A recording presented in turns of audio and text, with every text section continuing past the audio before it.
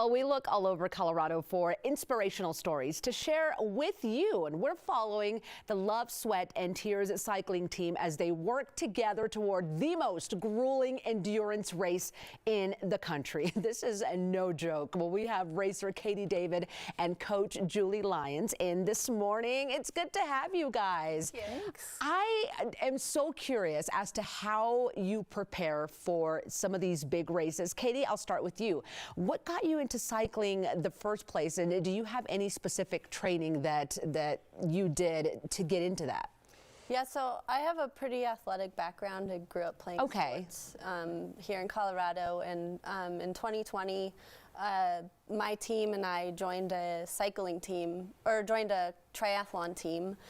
We didn't know each other before we all joined, but we were all eagerly signing up for races, and then COVID happened and we had to stop training. So being that we could be outside together, we all kind of found our love for cycling and found that we have so much in common with that, and we could become best friends, and here we are. So. And you guys are doing really incredible things. And I do want to add, by the way, it's Love, Sweat, and Gears. I said tears. I'm probably thinking about my own personal life and sometimes what would happen if I went on a race like that. I'm sure there are tears. And as a coach, let's talk about that, Julie. What does a typical day of training consist of? I mean, to prepare these women for these big races. Well, there's nothing typical about the way they train.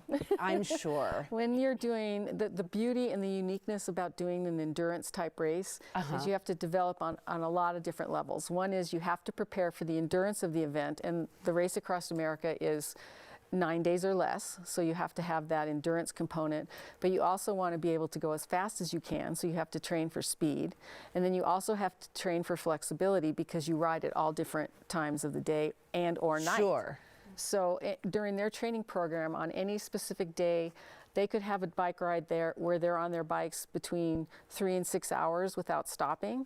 On another day, they might have a day where they're riding in short bursts with rests in between. And, and throughout it all, they might be in training at 10 o'clock at night, 2 o'clock in the morning. At all times. At all they times, have to be yeah. prepared. They have to get up and go. And that's almost the hardest thing, because as you know, people who exercise have a routine. They either like to get up and do it first thing in the morning, and if they don't get it done then they don't do it the rest of the day. That's true.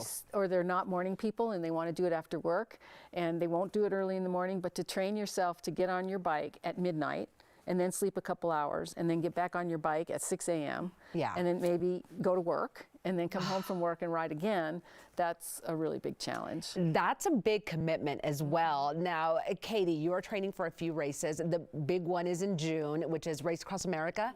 That is a big, big race. What would you say is the best part of training for something like that, and what's the worst part about it? The best part is probably just we get to ride our bikes in Colorado. And there's no better way to see the beautiful state that we live in, and I get to do it with my best friends.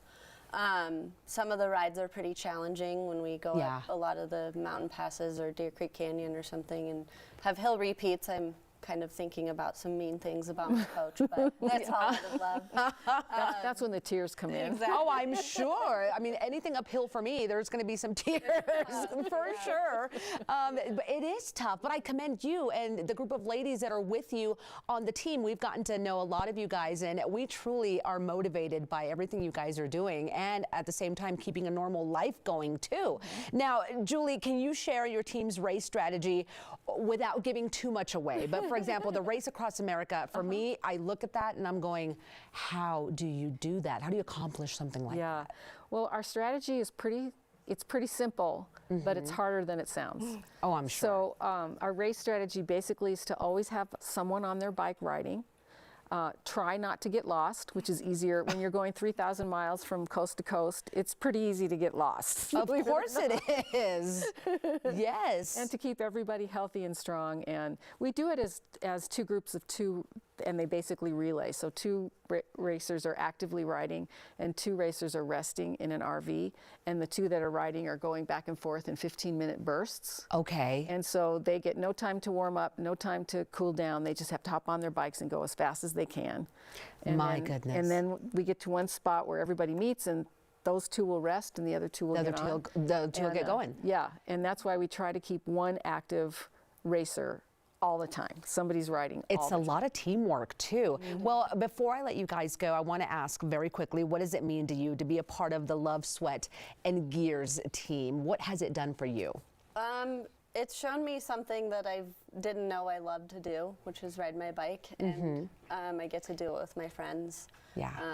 As wherever we want now, because we're going across the country. Isn't that amazing? What about for you, Julie? Well, Love, Sweat, and Gears is actually something that comes from my heart. I have raced this race before, and I see the potential that everyone has, and I just really wanted to have an organization where I could help people find within themselves something they didn't know was there, and at the same time connect with and help within their community. So it's kind of a big circle. They give back, and I give to them. It is so awesome. Well, again, we're going to be following you guys, especially as you go to that race in June. I think we're going to keep up, and we're going to do some more with you once all of that is said and done. Congrats to you both for the incredible work that you're doing.